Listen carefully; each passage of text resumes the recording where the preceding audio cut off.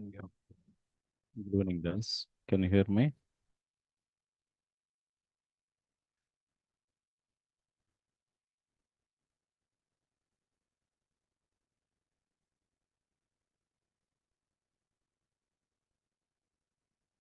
This meeting is being recorded.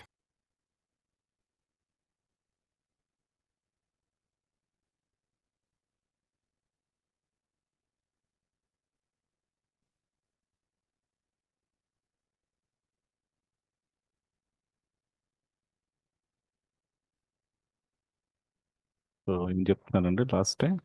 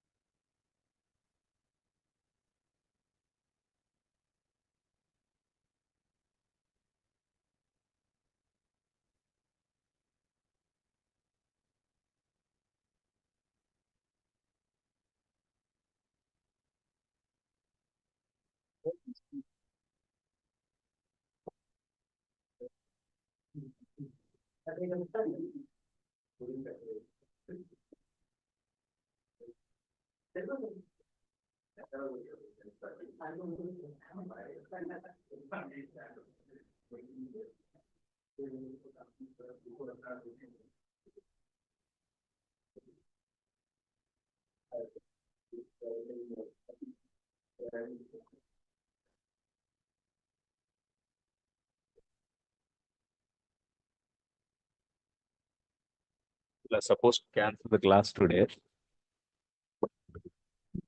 తప్పదండి.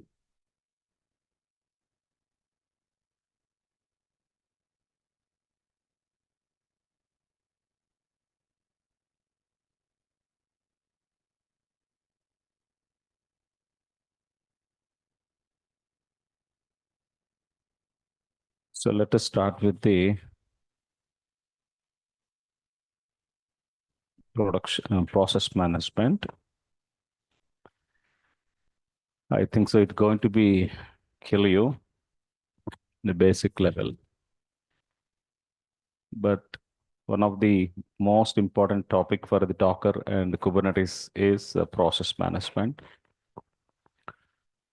So Devops.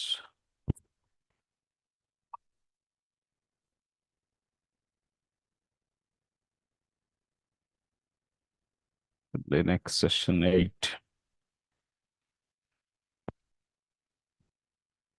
9. So process management. The process management. The process management. This is one of the key module. Every DevOps engineer should be aware of that. Okay. So what is a process? Why we need a process? How the process are going to impact the execution of your containers? Here, my explanation is not the containers, but you should understand the how the process are going to elevate the importance in the CI/CD pipeline. You please try to understand carefully. You know, program generally, what is a program? According to your basic knowledge, what is program? So program is nothing but a collection of statements, collection of statements, or collection of code, like it's a kind of code actually, right? It's a collection of statements or a code. So while you are writing the program, this code is going to be perform a task. The task is nothing but execution of. So it means the task can be anything, right? It can be a calculation, can be it can be a kind of event, it can be anything, right? Okay. So when the tasks are executing as a program, the tasks are collectively run inside the application. When application is running, background program is running, isn't it? Program is running. Whenever program is running, internally operating system create the process actually. So process is nothing but instance of running program, instance of running program, instance of running program, instance of running program, instance of running program. As we know that Linux is a multi-user, multitasking operating system, right? Multi-user, multitasking operating system. What do you mean by multi-user? Huh? Multi-user in the sense more than one user going to connecting to this operating system, and operating system is going to share the resources of the server to multiple users. You should say, right, generally multi-user in the sense you generally people say like more than one user, but that is not actual meaning. To be honestly, in the server side operating system, this is the where your kernel is playing a vital role in the Docker and Kubernetes. But general people may not looking at that internals, blindly fire the command like a PS command, kill command, something like that. What I'm trying to say, at the kernel is the heart, very well. And don't try to ask me kernel architecture at the server-side operating system. This is completely a big game and big concept. For you, it's not really required. So in the data centers, a big servers are racked. Those servers are going to be scaled in a proper way. We will discuss in the EC2 environment. EC2 definitely we have to learn it because you are managing the EC2 servers, right? That's why there our views and our exploration will be changed. But as a beginner in the Linux level, you don't need to talk about that much level. But kernel contains what? Kernel provides lots of resources, like taking the resources from the CPU, memory, and disk. These are the three top daemons for any operating system, isn't it? CPU, the CPU, memory, disk, memory, and disk. The CPU, memory, disk. These are the three fundamentals. It means when multiple users, again I'm repeating, if you feel bored, you can leave it also. Because the process management, I can't change my explanation. According to me, I know the value, right? If you really like it, you can, otherwise you can enjoy your time, guys. Even Amrit or whoever, right? So there are multiple users are there. Multiple users in the sense at a time, more than one users trying to access the resources of the kernel. That is called multi-user. Multi, don't say like more than one user is connected. That's a that's a common definition. It's not technically. Technically, what you have to say, the CP, like kernel is going to share the same resources to the multiple users at a time. That is called multi-user operating system, right? So the main objective here is in the distributed operating system or in the real-time operating system, the main duty of server is your CPU should not idle. Generally, the heart of the entire application is CPU only. CPU should not sit idle. That is one of the main important point.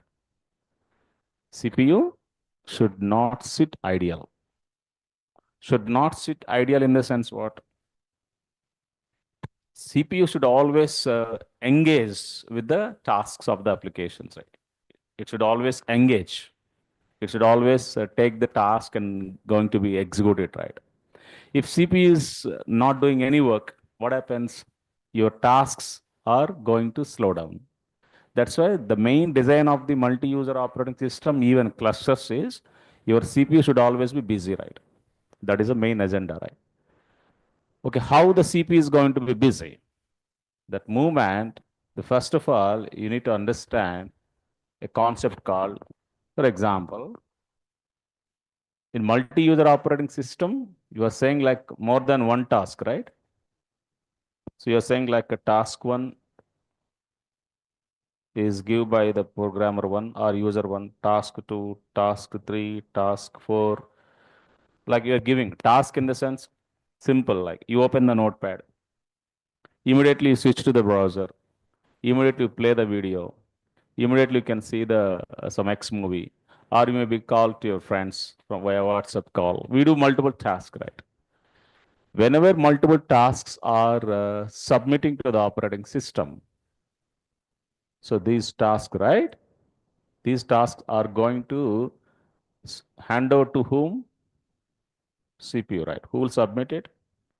That's why here these tasks are submitted by the user to the a process scheduler, right? You have to note this point, right? Process scheduler. The scheduler, you know that generally scheduler is going to schedule the call, right? Hmm? Process scheduler. Generally, scheduler is nothing but schedule the call, schedule the meetings, right? So process scheduler is looking at the process queue, right? Process queue. Generally, this is main key component in the server-side operating system. The server-side operating system is going to have a separate program called scheduler. That scheduler is going to talk to the CPU based on the how many number of jobs or how many number of tasks are entered into the process queue, right? Just like if you go for a movie, you have a long queue, right? So each and every person is a task. Each and every task is a process.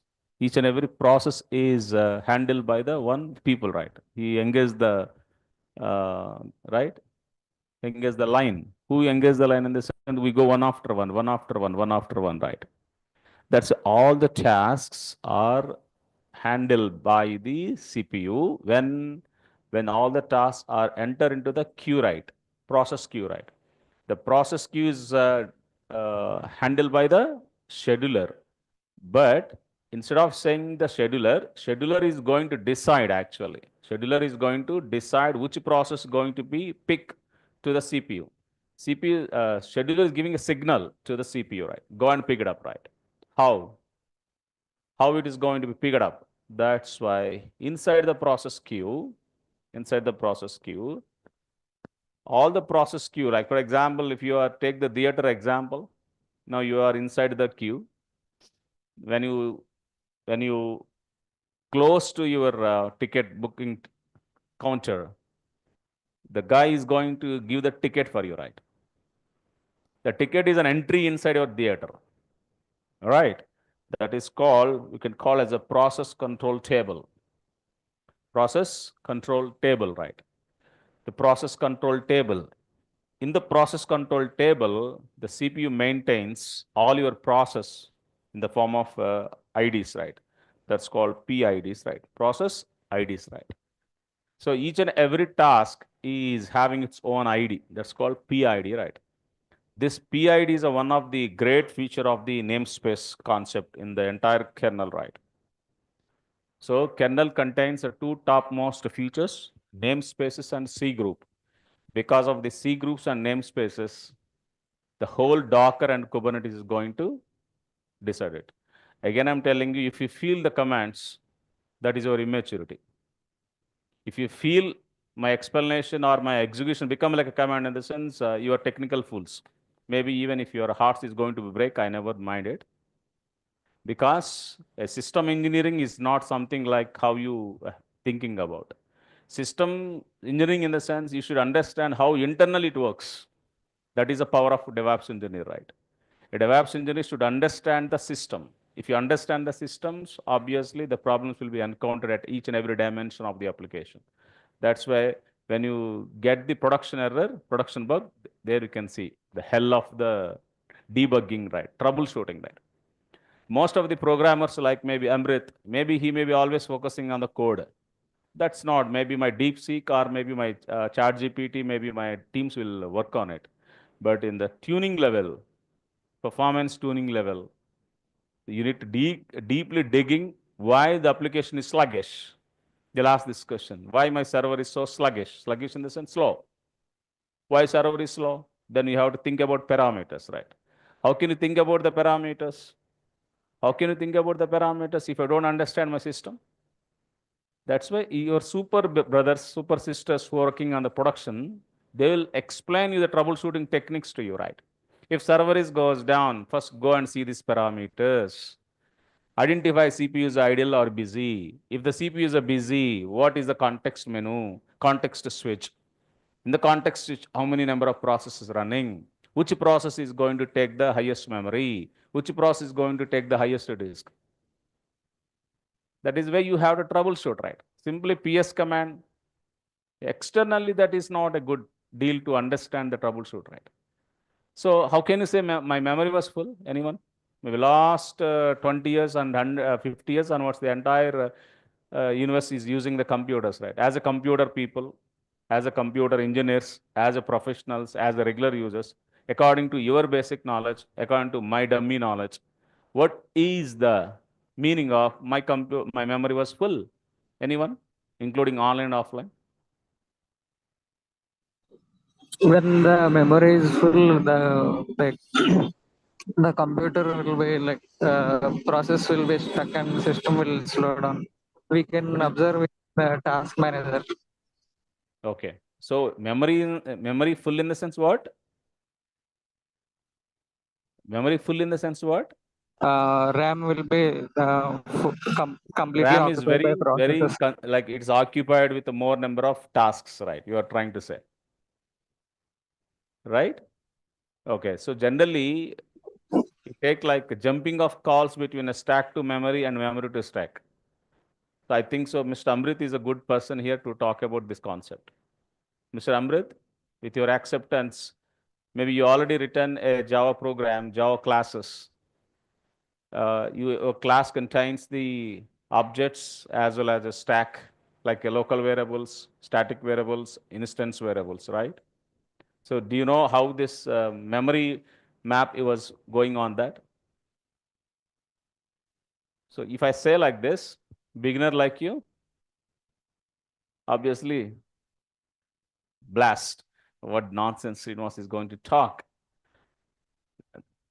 So what I'm trying to say, in a simple way, my operating system or our CPU should pick your task. If the CPU is not picking the task, if the CPU was not picking the task, your application is not executing Hello. in a simple layman standards, right? So that's why namespace. How can you say namespace?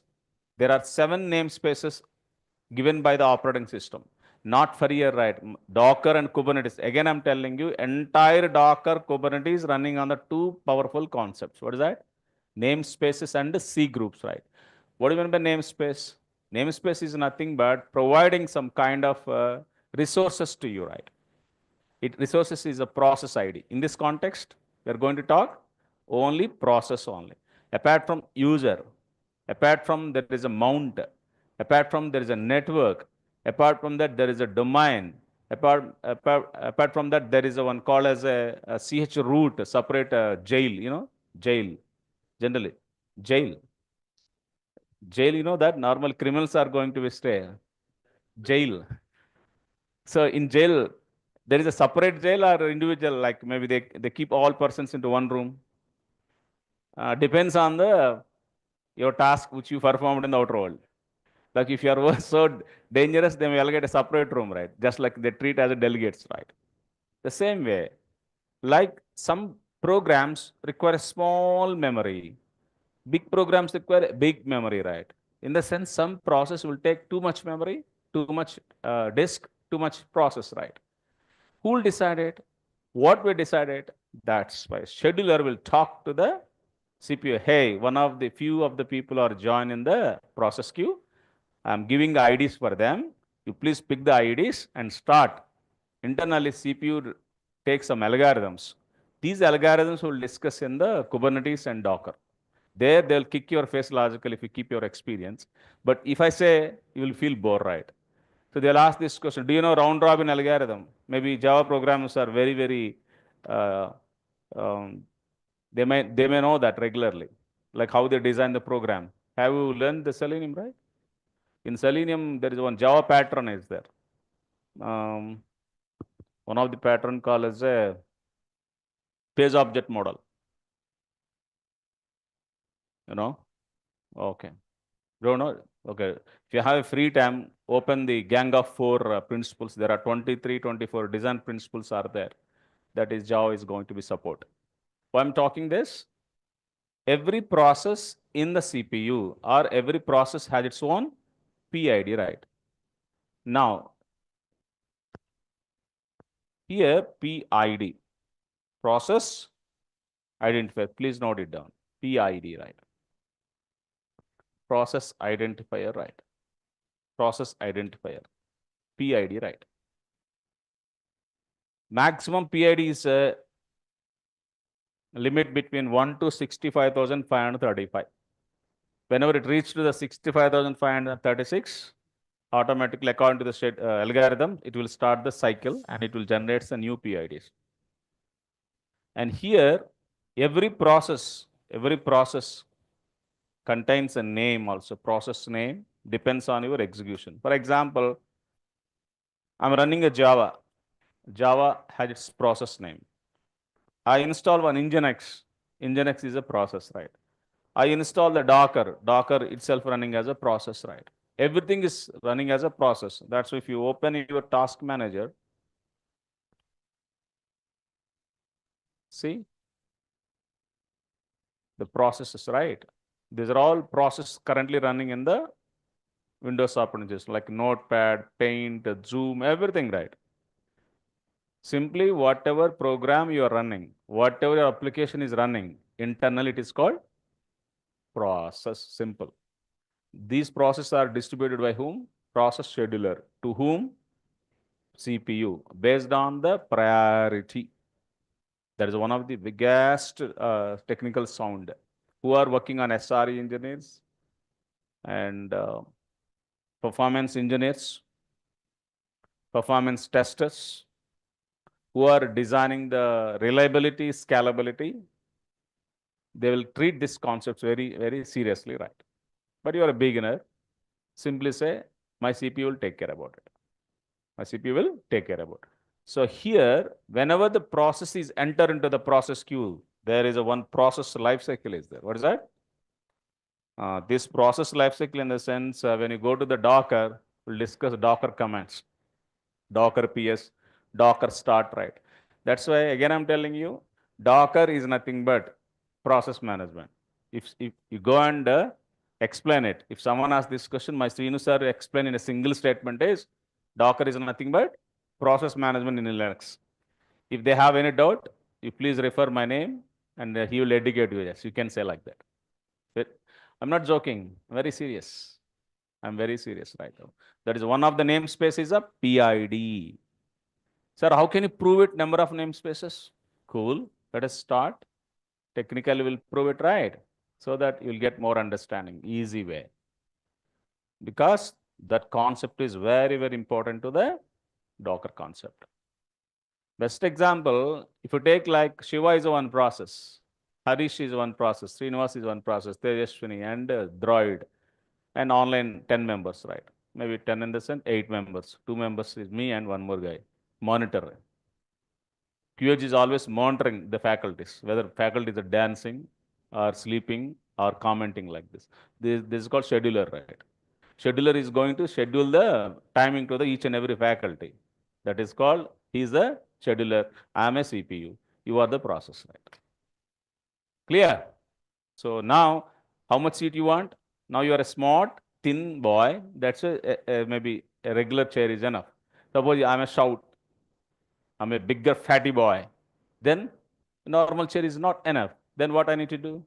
I need to arrange the big sofa, right? So big sofa is nothing but big space. So that's why how many tasks enter into the queue, your scheduler will decide it. This much CPU I have, this much memory, this much process I have, not process, this much memory required for this process, right? That is called round robin algorithms. We have some algorithms are there, right? Forget about algorithms, right? But how to pick it up? Priority, right? Priority. How can decide the priority? High priorities, low priority. We'll discuss. In Linux, there is a concept called as a nice concept. What is that? Nice, re-nice. Nice and re-nice are the two powerful commands to decide the priority, right?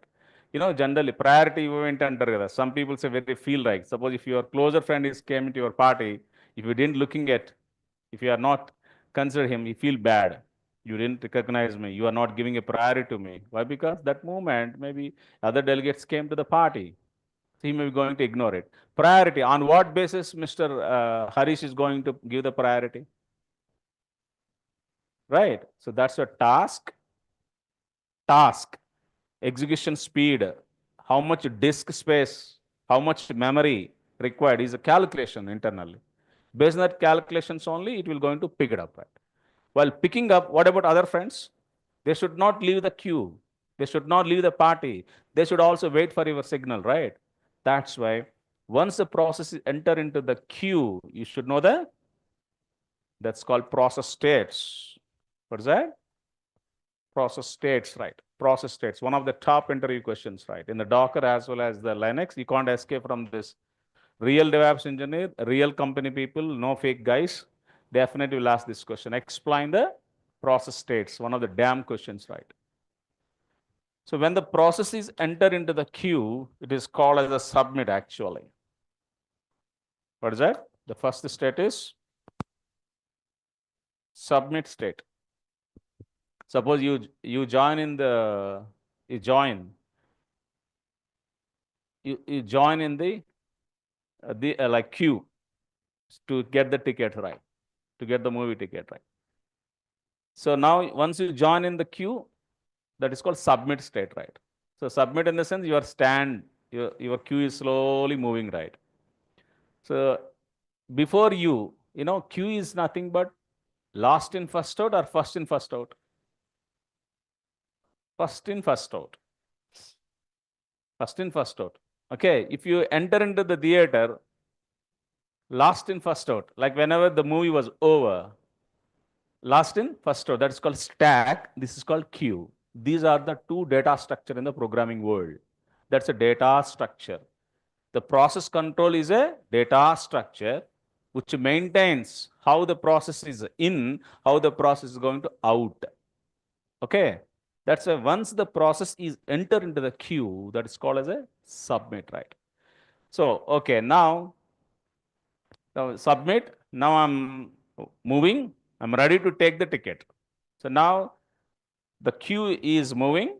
The task is going to be handled to the CPU. CPU is going to looking at you, right? Who is come to me? Who is come to me fast, right? That movement, if you are not ready, you cannot pick. That's why the submit will be slowly changed to the ready state, right? When the state is ready, if the CPU is picking up, then it's called as a running state.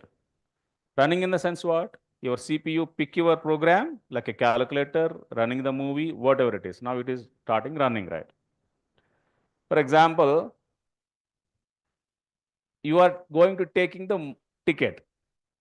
Still, the counter people not like just giving in a fraction of seconds. Suddenly he stopped you, right? Well, because suddenly he got called from the management, or maybe a management recommended candidate came, and he is recommended in tickets for him, right? That moment, what happens? He stopped the queue, right? Why? Because he is the main person to him, right? That's why during this execution of your task, still not yet over. During execution, suddenly a new high priority task is entered into the queue. I should not abort you, but I have to keep alive. At the same time, I should not disturb this high priority task. That's that movement. They keep all tasks into waiting state, right?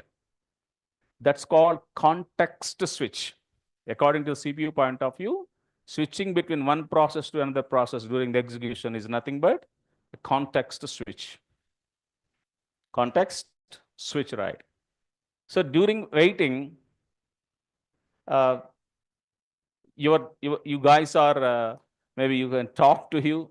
Maybe in the queue, you have a predecessor, you have a successor, you have a predecessor and successor, right? In a theater, if you take like a row, who is a successor, who is a predecessor?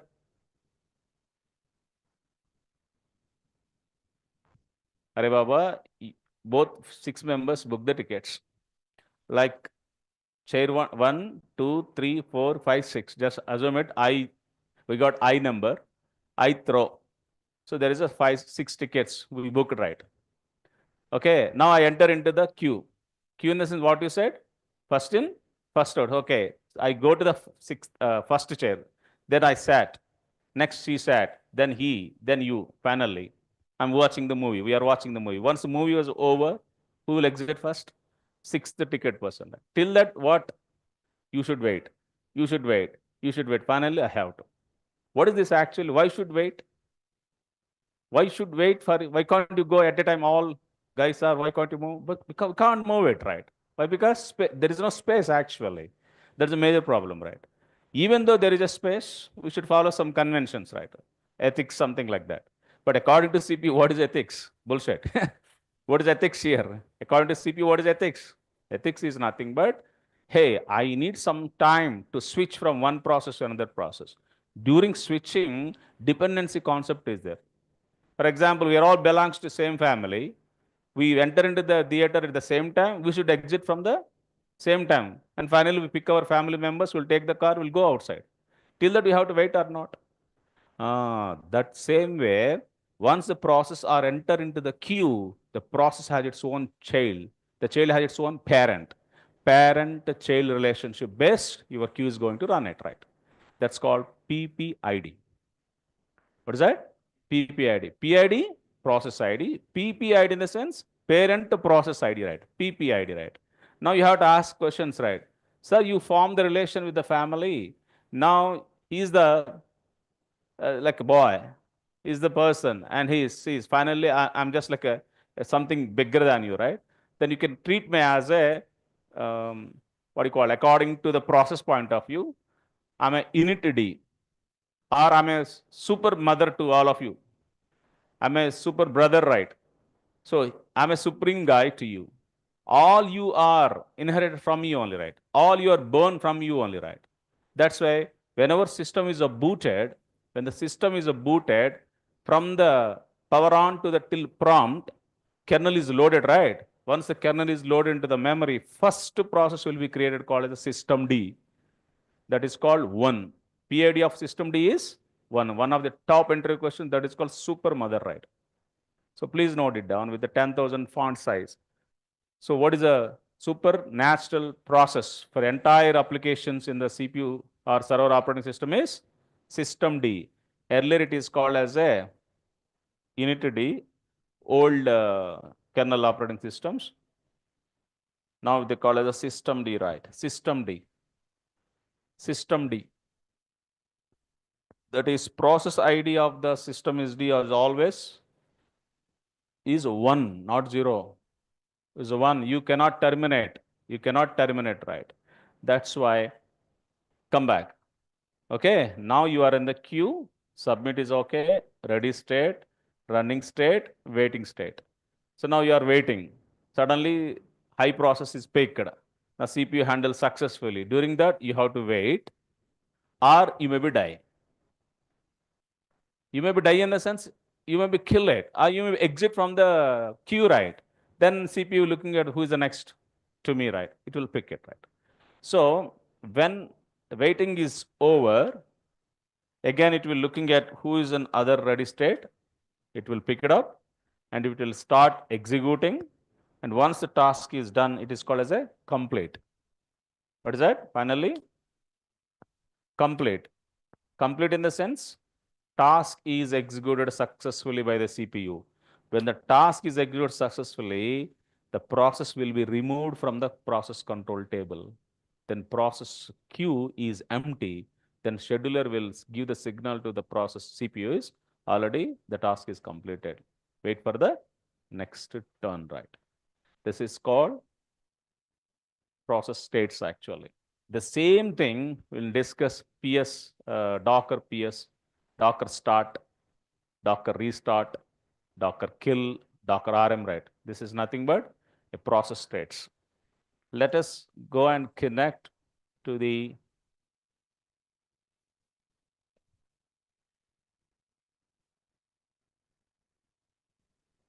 go to the AWS management console. So got it? So supernatural mother process is initd or systemd. Systemd is the root process. PID of the root process is 1 actually. So this we cannot terminate, right? Now process are represented with the PID. PID is a unique number. And every process is having its own parent called PPID, right? PID, PPID. To see the process of your current terminal or current user or current program, there is a beautiful command called as a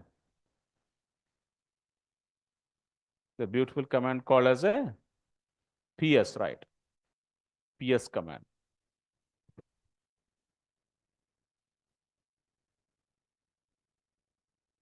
PS.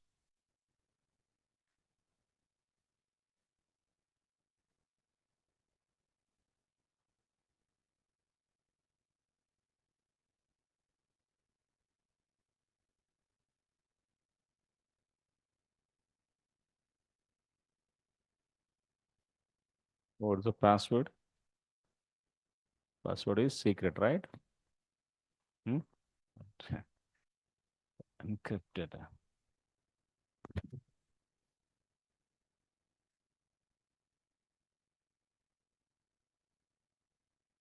So process control table, process queue, process scheduler, context switch, initd or systemd, and PID, PPID is most important, guys.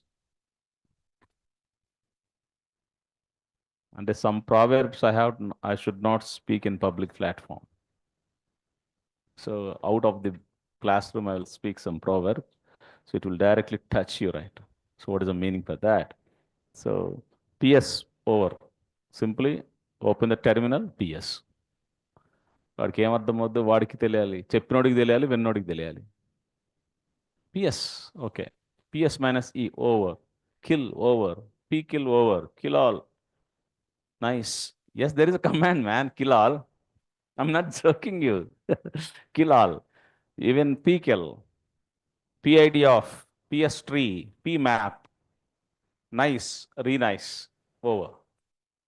This is called process management. పొలోమని వచ్చేస్తారు ఇంటర్వ్యూకి, ఇంకా డాకర్లు కూర్చుని నాలంటూ కూర్చున్నాడు అనుకో, okay, tell me what happens when the process is terminated.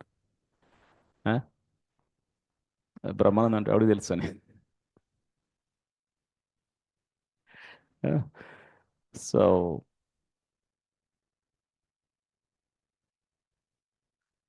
065468. All right.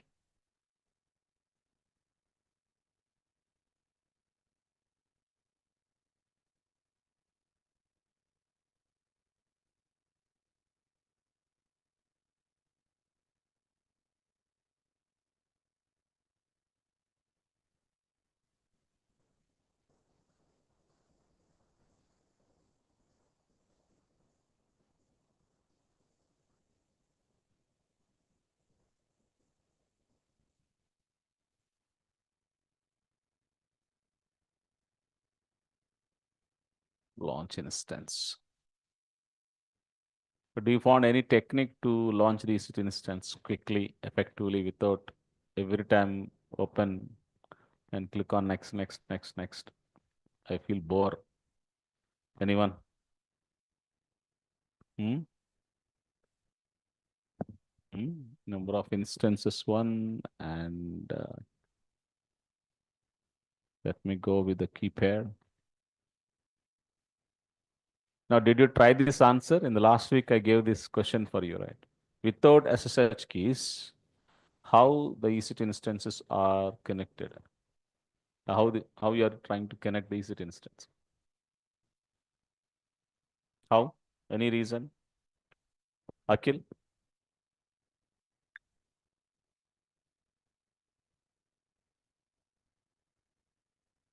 How it's possible? How it is possible? So without key, we are trying to connecting to the EC2 instance, right? How it is possible? So first let me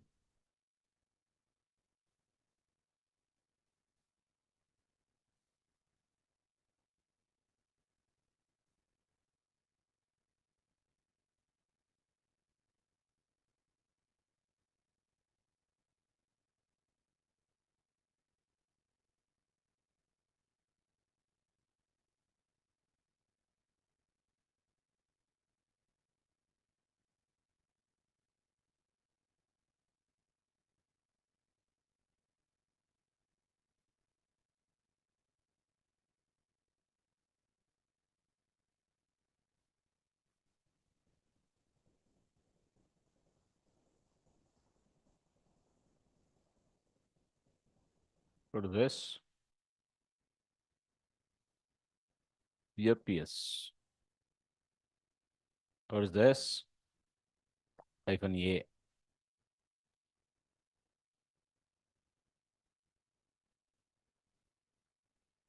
What is this? So because of the PID namespace, the containers are creating, right? And container has its own ID, not creating. So container has its own ID. Here we call PID. There we call as a container ID, right?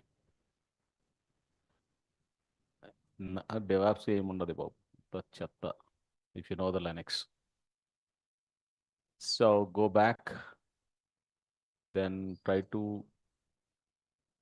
connect.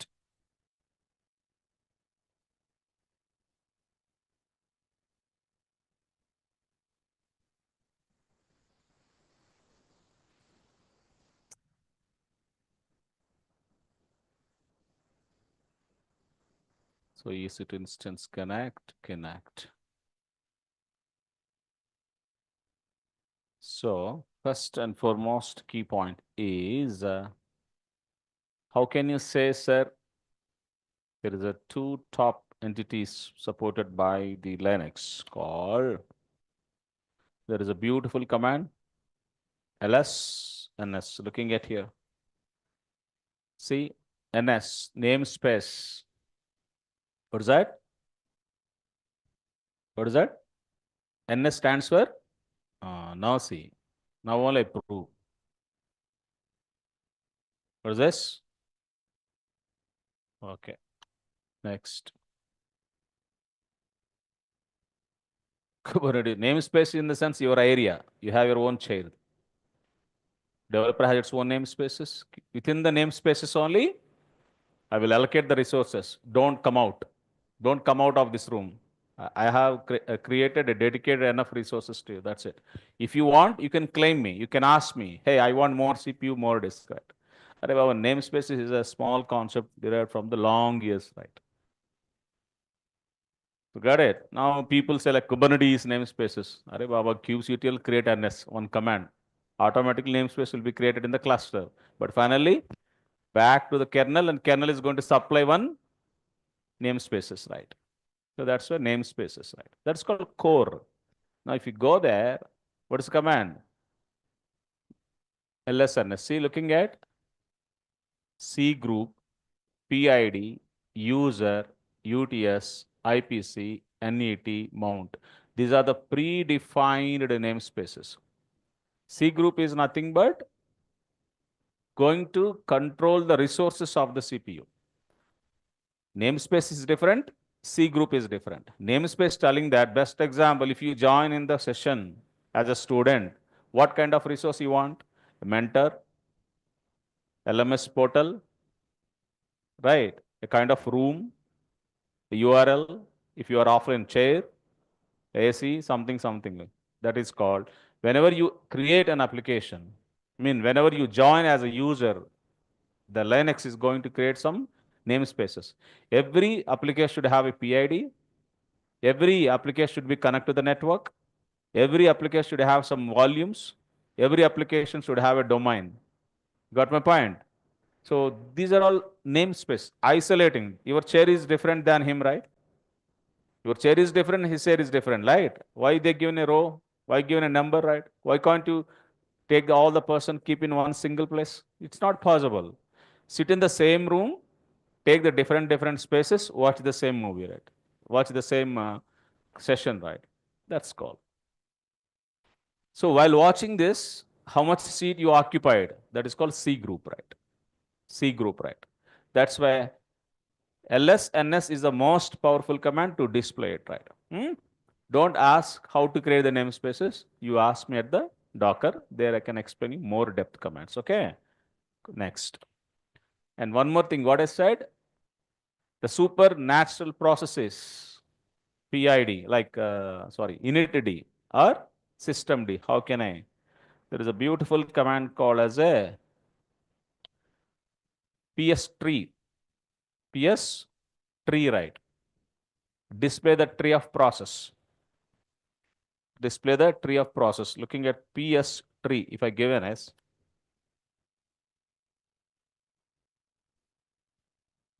we'll get one.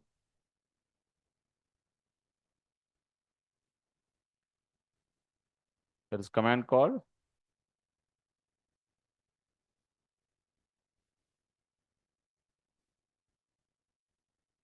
process. So initially this is called systemd. Not don't looking at here. This is the initially it start from the systemd. If you want to see the process ID of that, there is a beautiful command called PID off. What is that? PID off systemd. What is that? This is 1. So if you want to see the process ID for the particular process, PID of process name. So PID of the process name is predefined process is systemd. Init D. D ends with the daemon. So systemd, ATD, SSD, D in the sense background, daemon in the sense ghost. Normally, can you see it? That's why we can go invisible. That's a process running in 2 ways: foreground, background. What is that? Foreground and background. That's why there are some background services always required to be run here, right? The background service, for example, heartbeats. Can you see it? Whether you sleep or whether you fight, it's always continuous, right? That's called, according to technically, operating system says that those are called services. What is that? Service. That's a service management, one of the top module. Everyone should know this, how to start the services. Generally, systemctl start service name, systemctl stop service name, systemctl restart, systemctl like enable or disable or daemon, reload, something like that. That's a process is different, service is different. That's a process management, service management. You have to learn it, right? No option, because you are going to install the software as a services. You should know how to start the service, right? Services is always running in the background only. If you stop the service, what happens? Your application can't work out. For example, if my heart is stopped, gone. Main function is not working, then I'm going to be leave from this universe, right? The same way. Got it? So what is the differences between a process and service? If someone asks you, process can run in both foreground and background, but services can only run in background. And such services are useful to run your internal applications like Nginx, Docker services, HTTPD, SSH, right? SSH is running as a daemon only, right? That's why you have to understand one key question is types of types of processes. That's why I feel a kind of hesitation when people say like commands. Arey Baba, Linux is not a command, man. Linux is a software. How you learn the Java, how you learn the Selenium, and how you learn the some kind of PHP or Python. Linux server is a software, not like a command. Like what you are learning in Java, you learn oops, right? Right. Here also, what you are learning the Linux, we are learning the kernel modules. So, so types of process. There are three types of process. Now, hope you enjoy it, right? One is Akil, you know, types of process. Orphan process,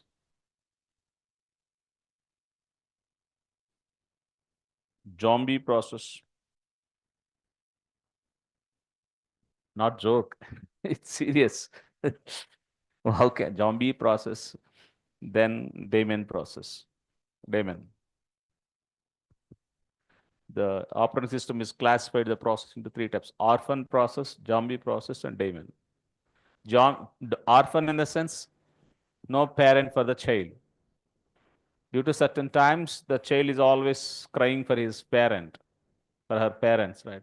But that moment, if someone is not there, even the process, whose process doesn't have a parent default. But even orphan have their own parent called God. Here, God is nothing but system D, right? System D is nothing but PID of one. That's a orphan in the sense a process doesn't have a parents. That's called orphan process.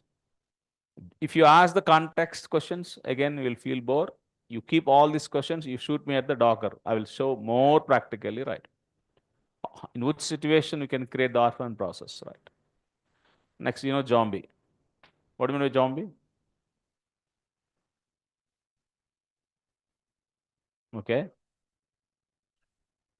Okay. If someone attack on you, or am I going to be zombie or you are going to be zombie?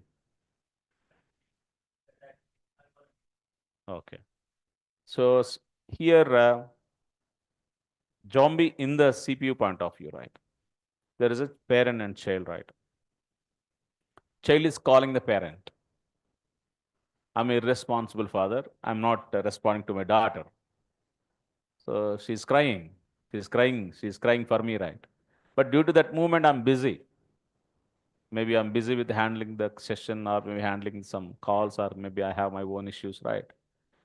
Now my baby is going to be cry and cry till the parents are waiting.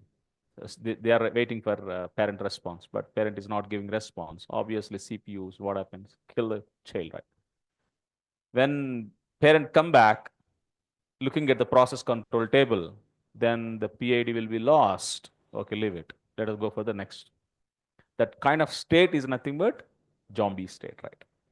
And obviously, daemon is always running in the background. You cannot terminate.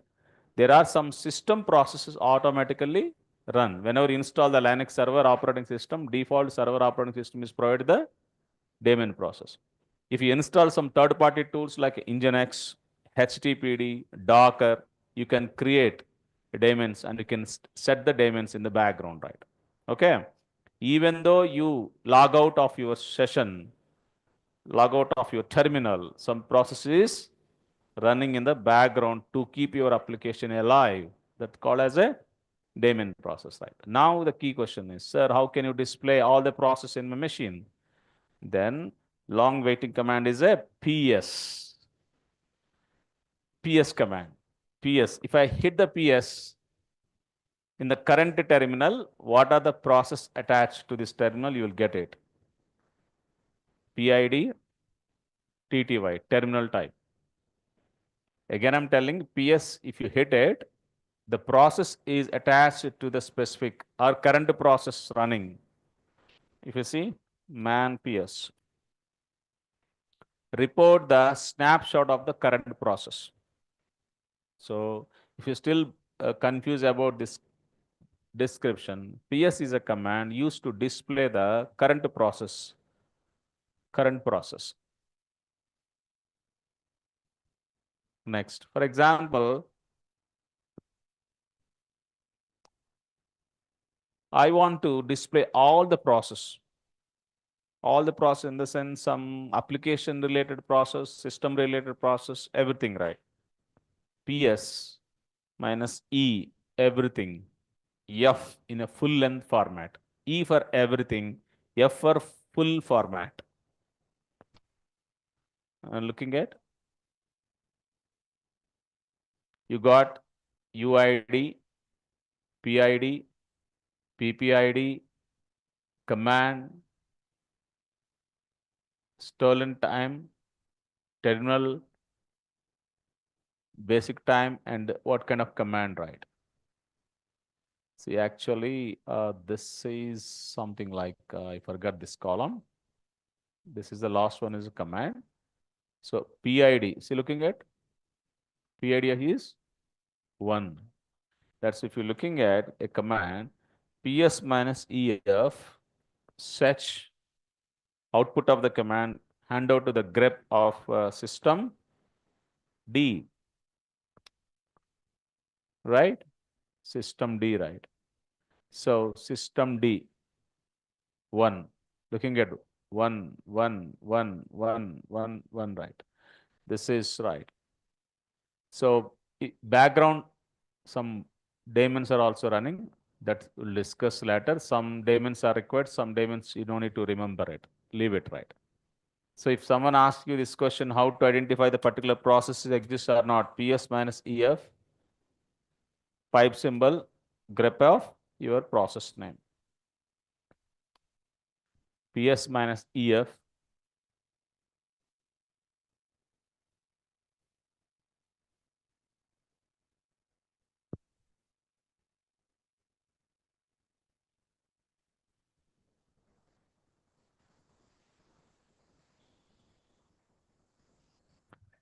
PS minus EF, right? Okay. Suppose PS minus U space EC2-user. It means what are the process currently utilizing by the current user, right? If you want to display the process of the current user, PS minus U username. For example, I want to go for custom outputs, right? PS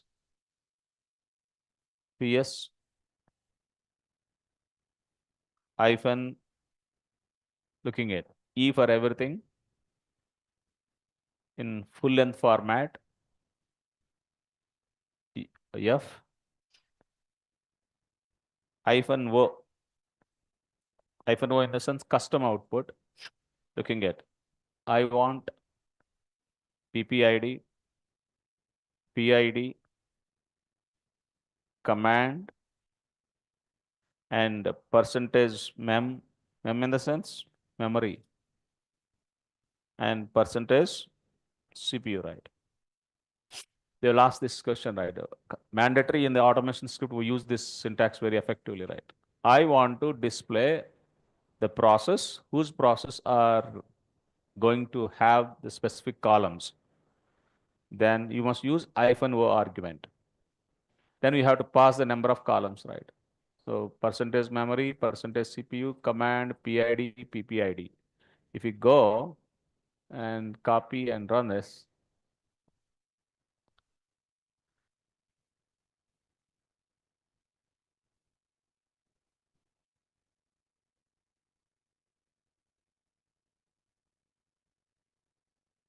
is that. Let us go with a capital O.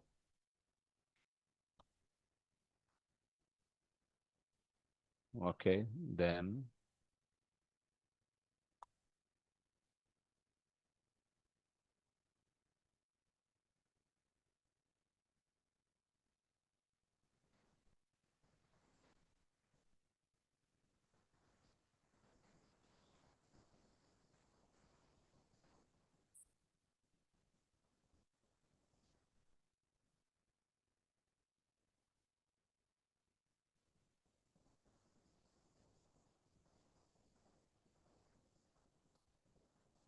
hyphen EO, right? Everything O. All right. Q. That's wrong. Then configure the process ID. Suppose if simply for what you are trying to give it.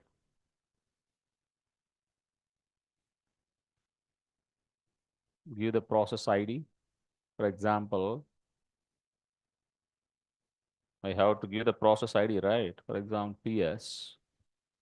I'm giving a bash. So if I go with this,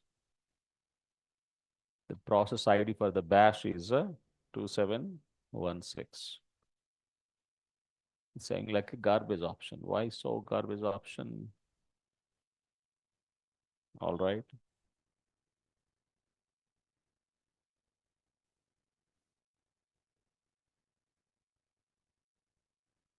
PS minus EO. All right. I got the PID, comma PPID. Right. What's wrong with you? The CMD. Yes, I got it. Next, percentage mem. All right. Got it, right? Into the percentage with the, is that CPU? CPU. Right. What's wrong? Sometimes it behaves differently. Looking at,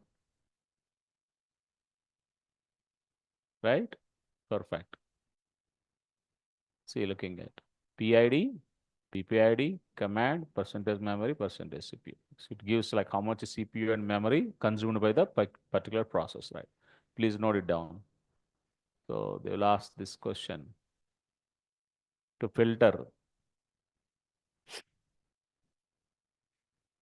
maybe spaces issue, PS minus O,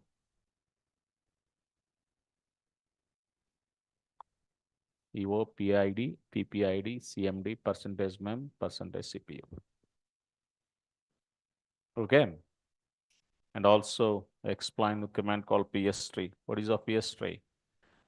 To display the process tree of the specific, like all the process maintained by the operating system. Now see,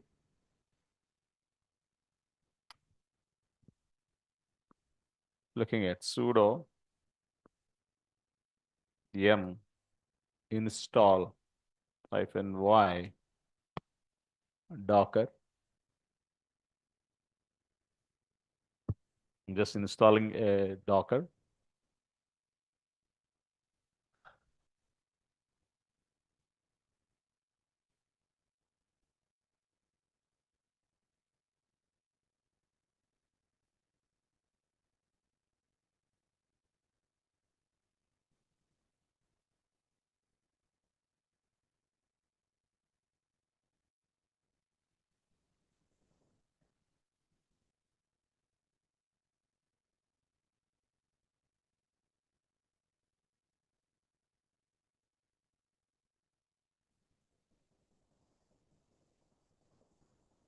Right? Then sudo yum install -y Java.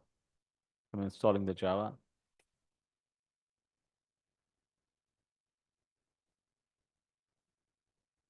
So yum in the sense yellow dog update modifier is a kind of tool who are working on the CentOS and Amazon Linux and Red Hat. Even there is a RPM, Red Hat Package Managers. I'll discuss the 5 to 6 commands are there. I'll show you. Just installing the packages, uninstall the packages, update the packages, upgrade the packages. Sudo yum install -y. What is this? HTTPD is the one kind of web server. You should know it. We'll design it. I mean, design in the sense we'll demonstrate the application through HTTPD. Sudo yum install -y Nginx. Nginx. I've heard about Nginx is also a most powerful web server in the current market. Almost all the companies are using Nginx, right? We need to know that. So what I did here, simply I install some softwares. Okay, isn't it? Now, if I say PS minus EF of grep of Docker D, am I right? So Docker D and with the daemon, Docker daemon. పిచ్చోళ్ళ ఇప్పుడు చదవంటారు బాబు, అది లైనక్స్లోనే ఉందంట నేను. Daemon is a background process. When you install the Docker, itself we treat as a daemon, right? So maybe you can call it the Docker. Maybe someone may call it as other name. But end of the day, according to the OS point of view, you are only a file to me. You are only my background process, right? That's why now my Docker is running as a daemon. What is the process ID? 2716. The parent process is something like. Run by whom? EC2 user. No, what wrong? What new thing you are learning in the Docker? Nothing. If you know the process management, now immediately you can say, right, suppose if I say Docker PS, what's I looking at? Cannot connect to the Docker daemon. Is Docker daemon is running? It is asking Docker daemon is running. It is saying like, sorry, it is not running. Oh, then I do one thing.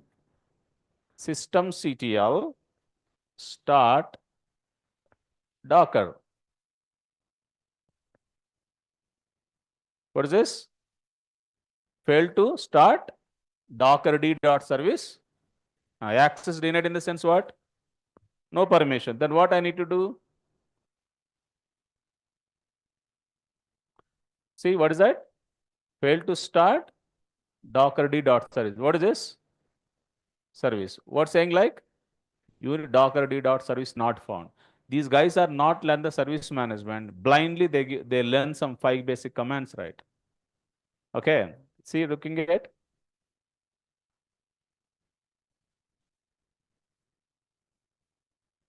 See, Nginx is running, right? Process. Now, if you say PS3, now looking at,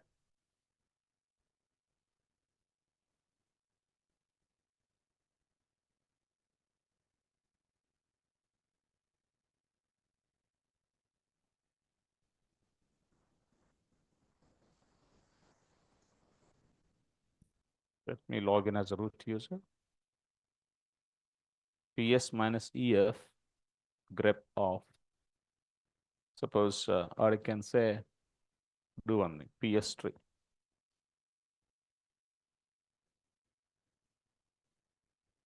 Image on SSH. There is a one service called as a SSHD. Okay. Now,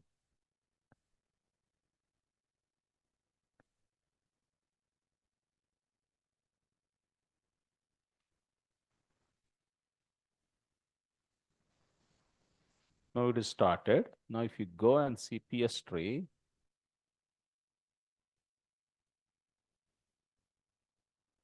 now see, now in the system D, like when I see PS3, from this root, there is a one process is running as a daemon, right? Isn't it? What is this? Container D, Docker D, right? These are the two different processes maintained by the services, right? So process, right? So what I want to demonstrate is don't looking at the Docker, right? If you run anything on the server, the today tip is if you run anything on the server, it is a process. Simple, right? Got it? Huh? Now see PID of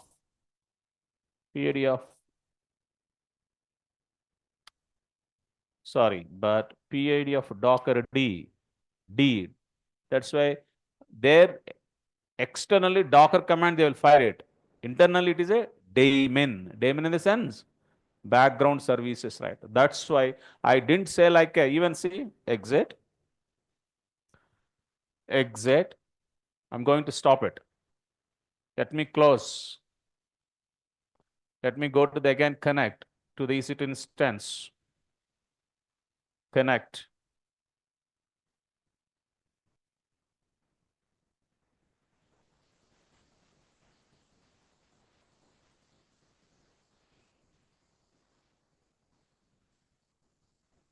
Now, if you say,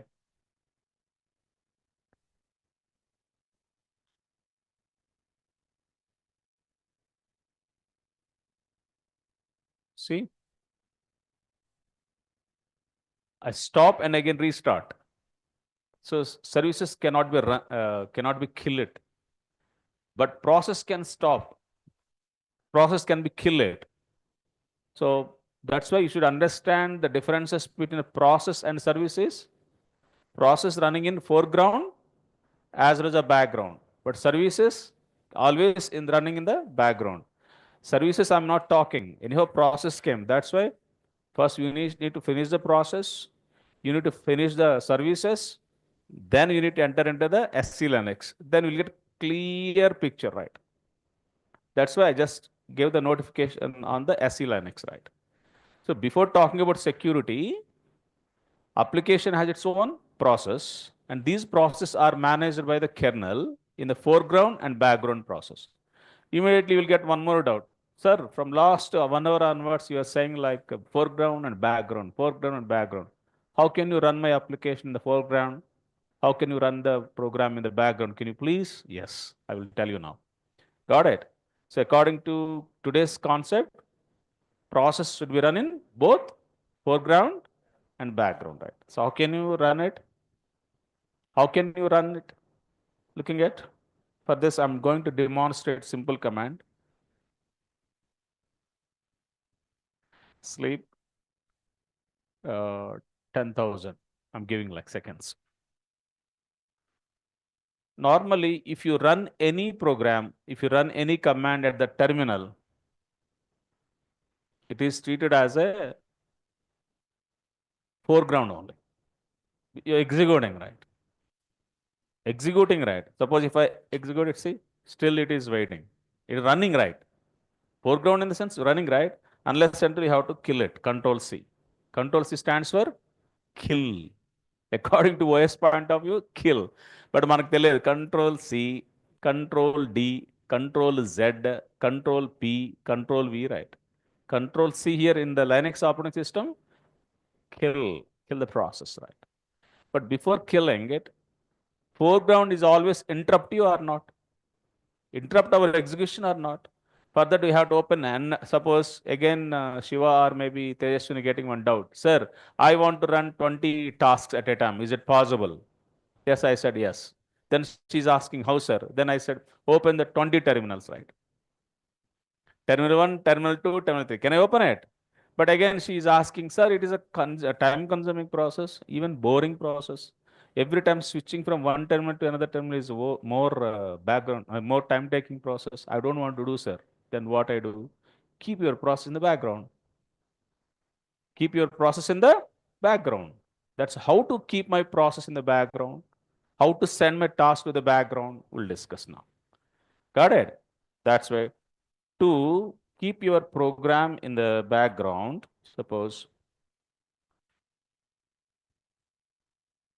just attach ampersand. See the output. Don't write. First see it. It stop us, but given a number and some 3073, right? So that is ampersand in the sense it will stop the current, it won't stop the execution. It will take you to the back to the terminal and move the task to the background, right? Background move చేస్తుంది మీకు ప్రోగ్రామ్ని. How can you see, sir? The program is like my process is running in the background. Wait, I'll tell you. But before that, I'm just running some multiple programs in the background. For demonstration purpose, I'm kept 3 processes in the background.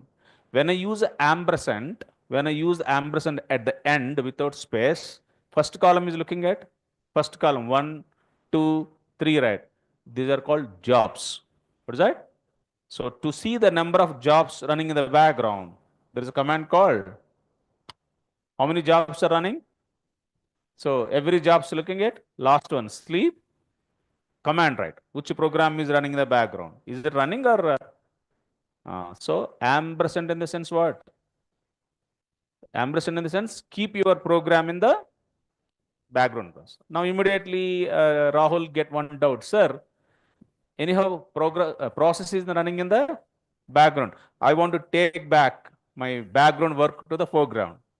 Suppose task one is working. For that, suddenly a new task is enter. Then what I need to do, I have to keep this task one in the waiting state or my background process, switch to the second process. Once the task is done, you can come back. You take the first and again continue. So how many jobs are running in the background? So I want to take third job to the foreground. Got it? Then see looking at, there is command called, oh, listen first. You can note it down. Anyhow, recording is going on, right? FG, what is a FG? Foreground. What is an argument? 3 in the sense, third job. Now see, it will take you back background task to the foreground. Now, immediately, you have to suspend the current foreground process, again move back, send back to the background. For this, you should press the Control Z. What is that? Control Z. What is output? Stopped. Now go and see the background. Suppose it is in stop. If you go to the jobs command, see only two jobs are running in the background, but one job is in stopped state. Which job is stopped? Third one. Got my point? Very simple, Amma. There is no confusion. Looking at that, so you just focus on the explanation. So if you want to keep your jobs in the background, you should use ampersand. When you use ampersand, the process will be moved to the background along with the job number. Next, to see the how many number of jobs running in the background, there is a command called as a jobs. Next. Now, if you want to get back the background process to the foreground process, so in order to see the execution, right, you should use FG, right? During execution, again, if you want to stop the foreground process and keep your foreground process into the background, you should press Control Z, right? But Control Z is nothing but what? Just stopped. Looking at in the jobs command, the third one is see. Now again she's asking, sir, I want to keep my third job is running in the background only, not in stopped state. That movement, there is command called busy, and what is the job ID? 3. Now see, we go the jobs. Am I right? All third job is running right. Foreground, background. So in the foreground, if you want to stop it, Control Z. Control Z. Once you press the Control Z, it is stopped running in the background. If you want to run stopped jobs in the background, you should use BG, right? That's why here ampersand jobs FZ BG. These are the commands, right? Now, how many jobs are running now?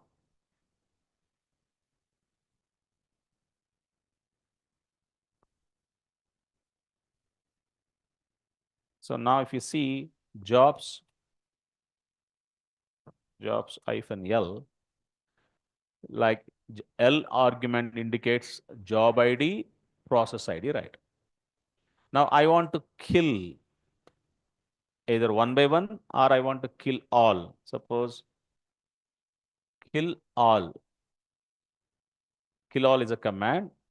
Kill all. What is the command you are going to kill it? Sleep. Or process ID. Kill all in the sense all the processes whose processes are running with a command called sleep, right? What is this? Terminated, terminated, terminated, right? Suppose I don't want to kill all the process, only one process. So kill with the PID. For example, see, sleep, ampersand. Now jobs-L. So there is a one process running in the background as a job. If you want to kill it, kill. What is the job ID? I think so, 30. 935. Now, if you go and see the jobs, nothing is there. So kill with the PID, kill all with the process name, or see, again one more command. Again, I kept the process in the background. I kept the process in the background. Now jobs-L. Now one job is running in the background as a process. There is a command called as a pkill based on the process name, sleep. So three commands I demonstrate here. One is kill, pkill, kill all. Kill with the PID, process ID.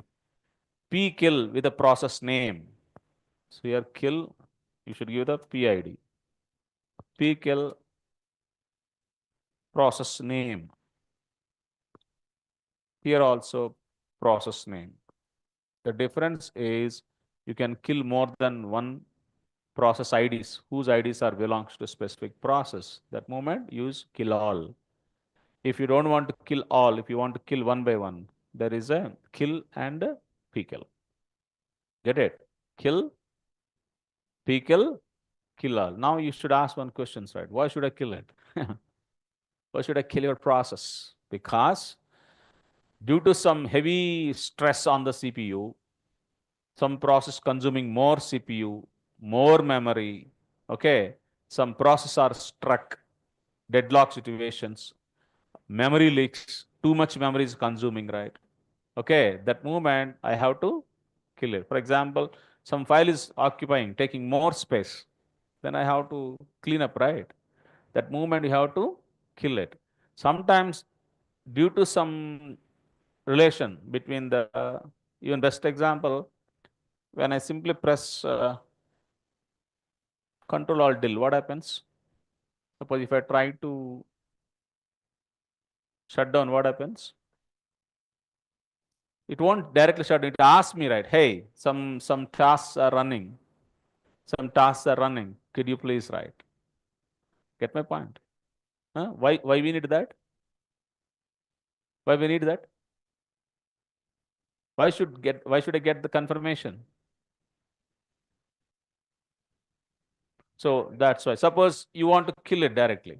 It means you feel that this is not so essential for you, right? That's why when you are killing, if you want to kill it, you have to understand the dependency. For example, when I try to shut down it, you feel that I have to stop these instances, I have to save my file content, otherwise I lost my data, right?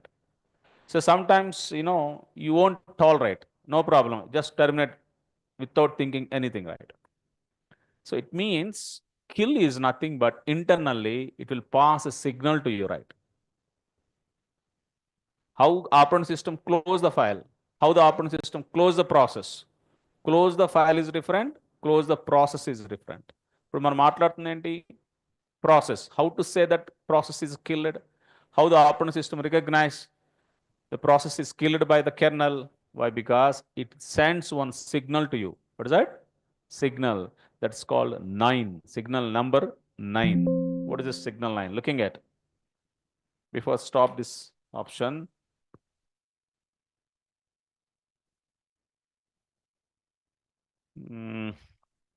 గుర్తు తెచ్చుకోవాలి కదా నేను కూడా.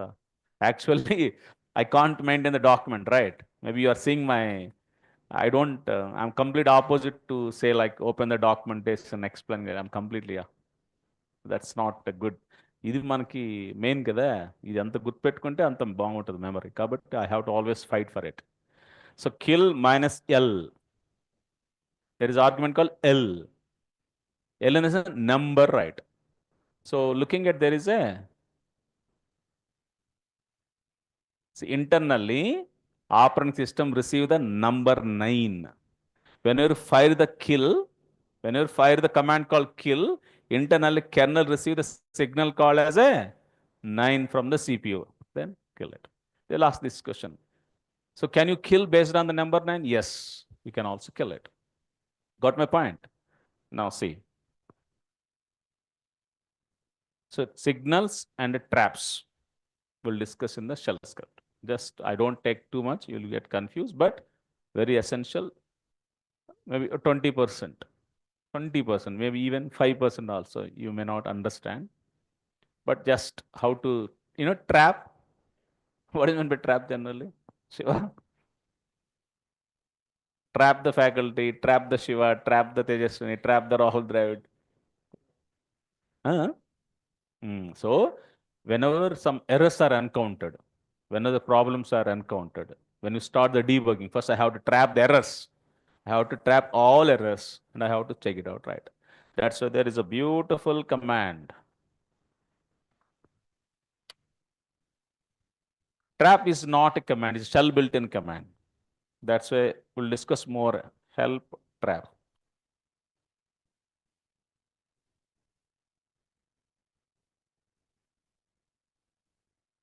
Trap the signals and other events, right? Very simple. You only said, right? I want to trap in all the dimensions, right?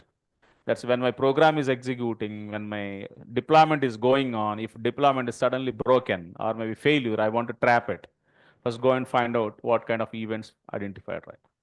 That's we'll discuss traps. Excellent. Is it clear? So that's why sometimes if the process is not killing, see, sleep. So kill minus 9n. And you can give the sleep also, right? What is that? Sleep argument must be a process. Yes, you're right. What is that ID? 31207. So kill always requires the ID only, not process names. Okay. Now, suppose, I'm sorry. Okay, again I kept into background process. Kill.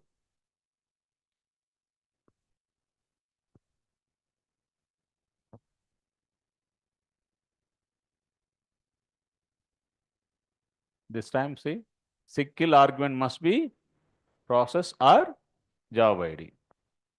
What is job ID? Right? Terminated, right? So, kill in the sense terminate. Kill is a command externally. Kill is a command. So when I kill it, it's going to be remove and terminate the process from the process table, and no process IDs are available, right?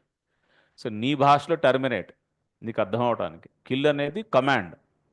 Terminate is just like A message to the user. అక్కడ ఏమొచ్చింది? Terminated in the sense the process is no longer running. I kill the PID from the process control table. That is the meaning. Kill అనేది command. అర్థమవుతుంది. Kill command fire చేసినప్పుడు వచ్చేటువంటి output నీకు అలా కనిపిస్తుంది, terminated అని. ఎక్కడ?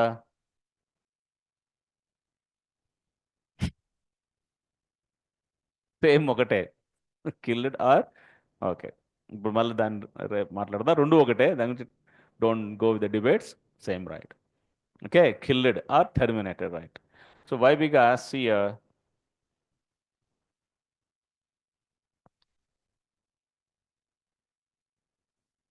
so what next?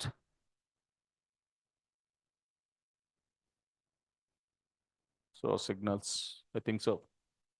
Good, right? Good to wind up. PID, PID of PS tree, and most powerful command is tomorrow I'll discuss with the next continuation.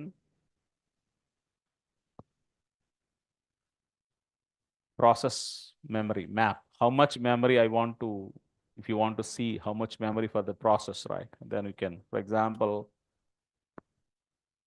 PS minus EF.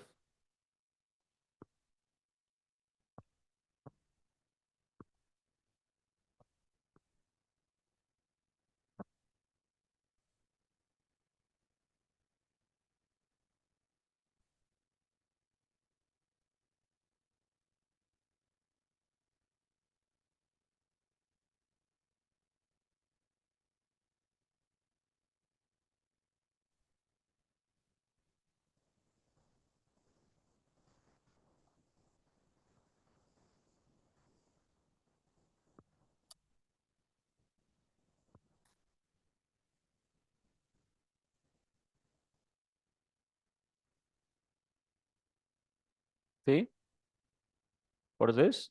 30 when you give the process map, what is this? Something it is given in the Greek language for you, right? In the current moment. Huh? This is a Greek language for you in the current moment. But in the Docker, it become like a Bhagavad Gita to you, right? It become like a supreme commander to you, like. What is this? What is this? U limit. That's a recollect. Yesterday I give one list to you, right? Open it. Some commands: set UID, set GID, sticky bit, umask. There you can also give U limit. U limit.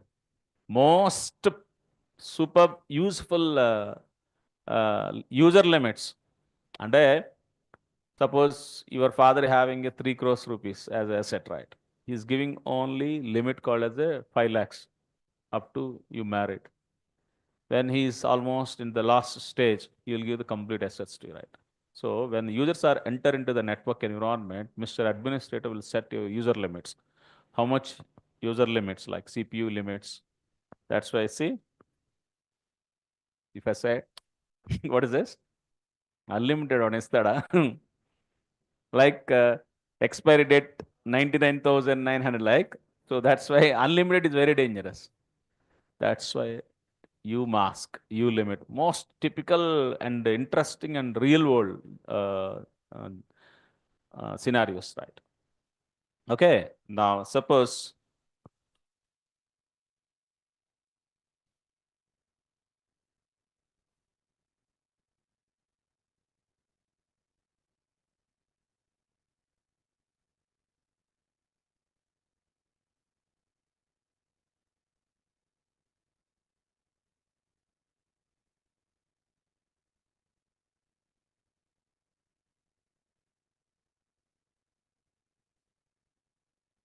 see process maps.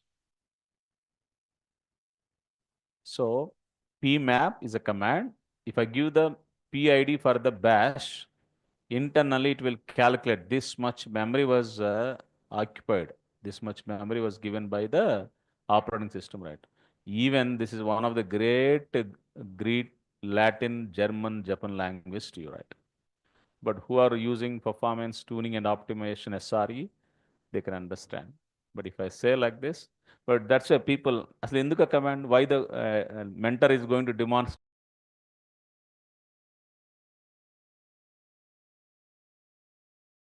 This meeting is being recorded. point of రేపు చూపిస్తాం మీకు రియల్గా PMAP ఎలా పనిచేస్తుంది, how the troubleshooters are going to deal this, right? Okay, that's tomorrow.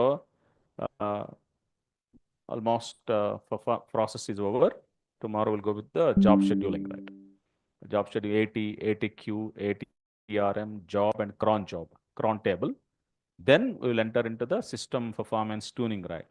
There I can help you top command, vmstat command, iostat command, htop command. So there are some 10 free command. Yes. So రేపటికి మనం ఇది process management almost over. కానీ process management about the some key concepts are there. System మానిటరింగ్లో కొన్ని ఉన్నాయి, అది రేపు చెప్పేస్తాను. ప్లస్ జాబ్ షెడ్యూలింగ్ ఫినిష్ చేసేస్తే so that 6 modules are going to be close. Okay, you are happily start the SC Linux explain చేసేసుకుని will start the shell script. In the shell script will explain the network automation, disk automation, service వదిలే అనుకున్నావా అవలా, ఇంకా continuous చెప్తే మీరు bore feel అవుతారని just I gave the kind of pass. So thank you online. I hope you understand. See you tomorrow at the same time. The recording has stopped.